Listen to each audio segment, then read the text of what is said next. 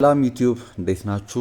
ትናንትና በተደረገ የእንግሊዝ ፕሪሚየር ሊግ የመክፈቻ ጨዋታ አርሰናል ኮቬንትሪ ሲቲን 3-0 በማሸነፍ መጀመር ችሏል። የሲዝኑን ጨዋታ ሊያሸንፈው እንደሚችል ተገማች ነው። እውነት ለመናገር ግን በምን አይነት መንፈስ በምን አይነት መነቃቃት ድጋሚ ዋንጫውን ለመውሰድ ይመለሳሉ የሚለውን ለማየት ሁላችንም በመጓጓት አዳዲሶቹንም ተጫዋቾች እንደው ከሞላ ጎደል ለማየት እነ ዞሊስን ማለት ነው በሚገባ ሁሉም ሰው ጓጉቶ የጠበቀው ጨዋታ መክፈቻም እንደመሆኑ ከፕሪሚየር ሊግ ብዙ ጊዜ እንደራቀ ተመልካች ሁሉም ሰው ለማየት የሚፈልገው ነገር ነበር እና በአሳማኝ ውጤት ኮቬንትሪ አርሰናልን መጥኗል በማይባል ደረጃ ነው አውትስማርት ተደርገው ምናምን የተሸነፉት እና ስለ ጨዋታው ስለ ኮቬንትሪ ድክመት ማውራት ይከብዳል። ምክንያቱም እኩል ደረጃ ላይ የሚገኙ ቡድኖች አይደሉም። ግን አርሰናል አንዳንድ የተሻሻሉትን ነገሮች ወይም ደግሞ ጨዋታው ላይ የነበሩትን ፖዚቲቭ ነገሮች ብቻ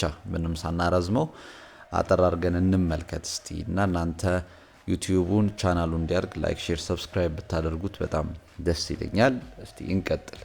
ትናንትና በጣም ጨዋታው ላይ ፋሲኔት ሲያደርገኝ ወይም ደግሞ ሲያዝናናኝ ከነበሩት ነገሮች መካከል የዴክላን ራይስ እና የሉዊስ ስኬሊ ሙቭመንት በጣም አስገራሚ ነበረ። ኦዴጋርድም አለ፣ ግን ኦዴጋርድ ወደ ኋላ እየተመለሰ ይጫወታል።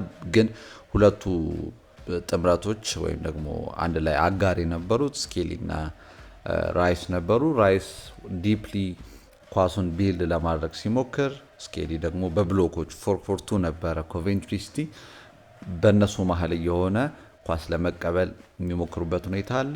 ግን ተለዋዋጭነታቸው ለኮቬንትሪ ሲቲ በጣም አስቸጋሪ ሆነባቸው። እንኳን ለኮቬንትሪ ሲቲ ልምድ ላለው ትልቅ ቡድን ሊያስቸግር በሚችል አይነት ደረጃ ነው ሙቭ ሲያደርጉ የነበረው እና ስኬሊ ደግሞ አንዳንዴ ይመለሳል እንደየአስፈላጊነቱ። ራይስ ደግሞ ወደፊት ፑሽ እያደረገ እንዲሄድ በደንብ ነፃነት ይሰጠዋል ማለት ነው እና ይህ ሙቭመንት በደንብ አስገራሚ ነበረ። በአርሰናል በኩል የነበራቸውም ኮምቢኔሽን የጨዋታውን ፍጥነት ጥሩ ነበር። እውነት ለመናገር ዋይድ ኤሪያዎቹ ላይ የነበራቸው የኮምቢኔሽን 2 ቨርሰስ 2 ሲገናኙ 3 ቨርሰስ 3 ሲሆኑ አርሰናል እንዴት ስፔሱን ለማጥቃት እንደሚሞክሩ እና እያንዳንዱ ተጫዋች ስፔስን የሚያሸትበትን መንገድ በጣም ጥሩ ነበር እና በተለይ የኦዴጋርድ ሳካ እና የቤን ዋይት ጥምረት ጥሩ ነው። እውነት ለመናገር እስከዛሬም ባለፈው ዓመት ብቻ አልተመለከትነውም። ከዛ በፊት በነበሩት ሲዝኖች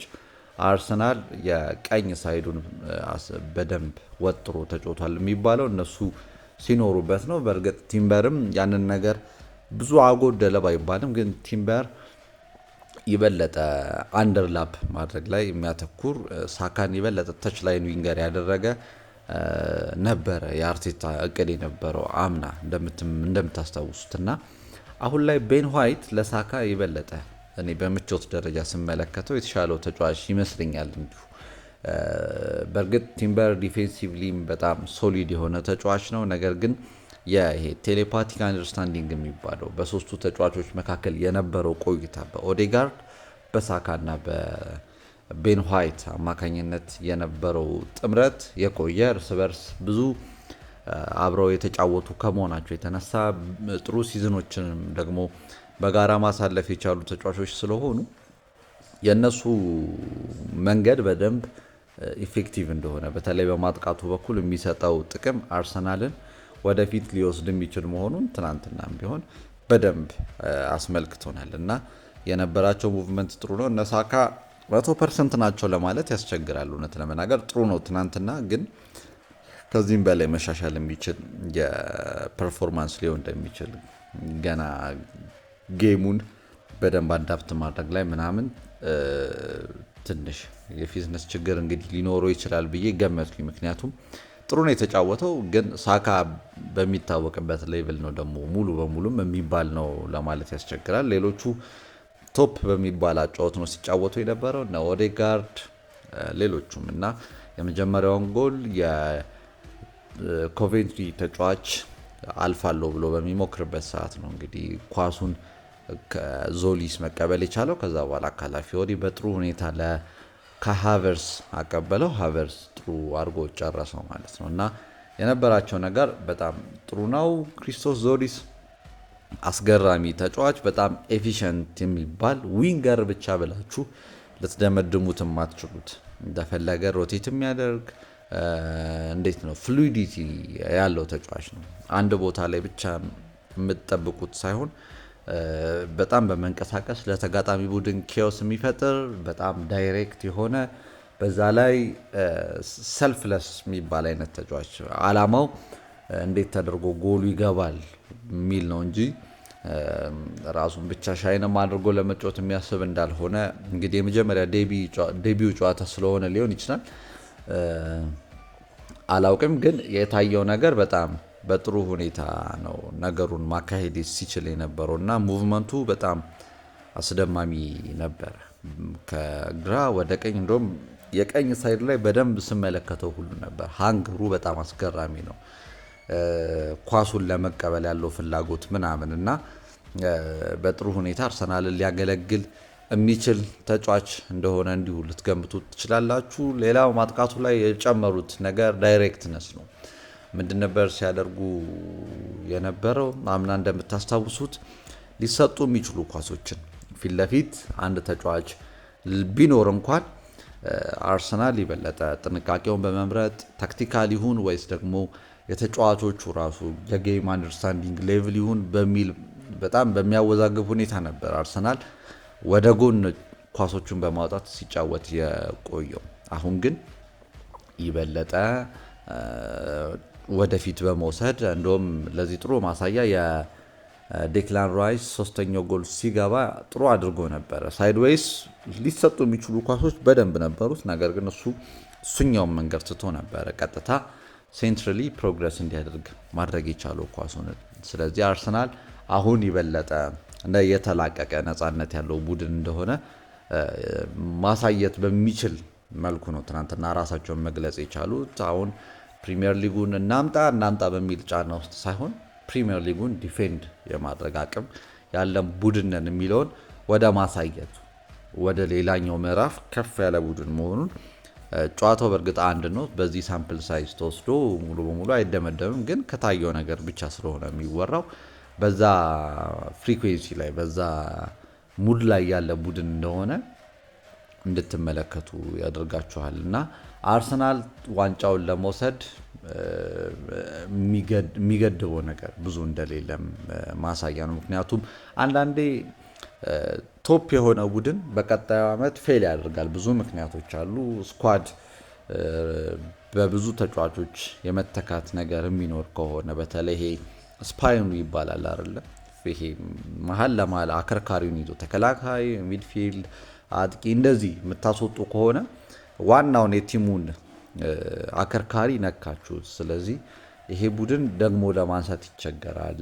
ብዙ የተጫዋቾች ለውጥ የሚኖር ከሆነ ያንን ኬሚስትሪ ለማምጣት አሰልጣኙ መልፋት ሊኖርበት ይችላል። አዳዲሶቹን ተጫዋቾች አዳፕት እስኪያደርጉ መጠበቅ ምናምን ላይ ይሄኛው ግን አፕግሬድ አለው። እንደውም አሁን ከነ ማርቲኔሊ ከነ ትሮሳርድም ይሄ አሁን የመጣው ልጅ ደግሞ በእድሜ በተሻለ ጥራትም የመጫወት እድሉ ከፍተኛ እንደሆነ ያስታውቃል። በጣም ጥሩ ሳይኒንግ ነው ልንለው የምንችለው አይነት እና ብሩኖ ጊማሬሽን ሲጨምር ይበለጠ ባሉት ላይ አፕግሬድ ማለት ነው። ለቻምፒየንስ ሊግ ለሌሎቹም ኮምፒቲሽኖች በስኳድ ዴብዝም ከፍ ብሎ የመጣበት ሲዝን እንዲሆን ሆነ ማለት ነው። ስለዚህ አርሰናልን አይበላም ብሎ ለማሰብ ትንሽ በሚያስቸግር መልኩ በጥሩ ሁኔታ እየተጫወተ ይገኛል። አንዳንድ የጉዳት ዜናዎች አሉት። ለምሳሌ ሳሊባ የለም፣ ግን ሪፕሌስ ለማድረግ ግን የተቻለበትም ሁኔታ እንዳለ ማለት ሳሊባ ይተካል ባይባልም ግን ሌላ ተጫዋች ደግሞ በማስፈረም የበለጠ በጥንካሬ ለመገኘት የሚሞክር ቡድን ነው እና ብዙ ለውጥ ብዙ ችግር ሊፈጠርበት የሚችል ቡድን አለመሆኑ በዛ ላይ ደግሞ አንዴ ቬራ አስታውሳችሁ ከሆነ አርሰናል ይህን ዋንጫ የሚያነሳው ከሆነ አለ ባለፈው ዓመት የቀጣዮቹን ዓመት በእጅጉ ሴኪዩር ያደርገዋል። እንደውም የበለጠ መነሳሳት የበለጠ ልምድ ኖሯቸው ይገኛሉና ይሄ ቡድን ገና እንዴት ነው ፋይን ቲዩን ተደርጎ ያላለቀ በደንብ እየተቀረጸ መሄድ የሚችል እየተሻሻለ ማክሲመሙ ላይ የደረሰና ይሄ ወደ ታች ዲክላይን የሚያደርግ ሳይሆን ገና ማክሲመሙን ራሱ ያላገኘ ቡድን እንደሆነ ነበር ሲጠቁም የነበረው። በጣም ትክክለኛ አስተያየትም ይመስለኛል እና አሁን ላይ በጣም ፌቨራይት እንደሆኑ መገመት ቀላል ይመስለኛል። ሌላኛው ፓተርን እኔ እዚህ ጨዋታ ላይ ለመጨረስ ያክል የተመለከትኩት አስገራሚ ነገር ሴት ፒስ አጠቃቀማቸው ወይም ደግሞ ከኮርና የሚነሱትን ኳሶች የተጠቀሙበት መንገድ አስደማሚ ነው። ሲያደርጉ እንደነበረው አይታችሁ ከሆነ በረጃጅም ኳሶች ይጥላሉ፣ ግን ትናንትና በደንብ የተመለከትነው አጫጭር ኮርናዎችን በመጫወት ቦክስ ውስጥ ሁለት ተጫዋቾች ወደዚህ እንዲመጡ ይደረጋል። ሌሎቹን ተጫዋቾች አውት ነምበር ለማድረግ ኳሱን ከሚያሻማው ከኮርና ቴከሩ ጋር አንድ ላይ በመሆን 4 እንደዚህ ይሆናሉ። እነዚያ 3 ሲሆኑ አውት ነምበር ተደረጉ ወይም ደግሞ የቁጥር የበላይነት ተወሰደባቸው ማለት ነው። ስለዚህ እነሱን በቁጥር የበላይነት መብለጥ ከዛ በኋላ ወይ ፔናልቲ ቦክሱ ጫፍ ላይ ወይ ፔናልቲ ቦክስ ውስጥም ሊሆን ይችላል። ከፔናልቲ ቦክስ ውጪም ላለው ተጫዋች ስፔርማን ይባላል ወይም ደግሞ ትርፍ ሰው፣ እሱን ታርጌት በማድረግ የበለጠ ስፔስ እና ጊዜ አግኝቶ ነገርየውን ወይም ደግሞ ኳሱን ወደ ጎልነት ኮንቨርት እንዲያደርገው መጠበቅ ነው።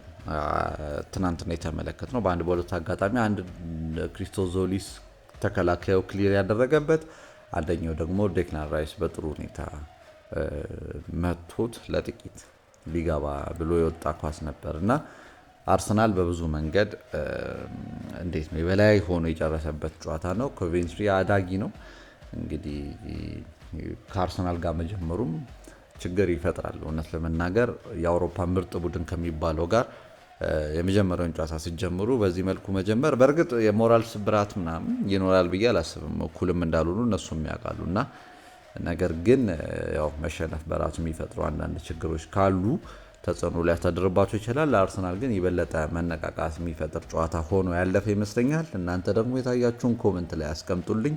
ላይክ፣ ሼር፣ ሰብስክራይብ እናድርግ። ቴንኪዩ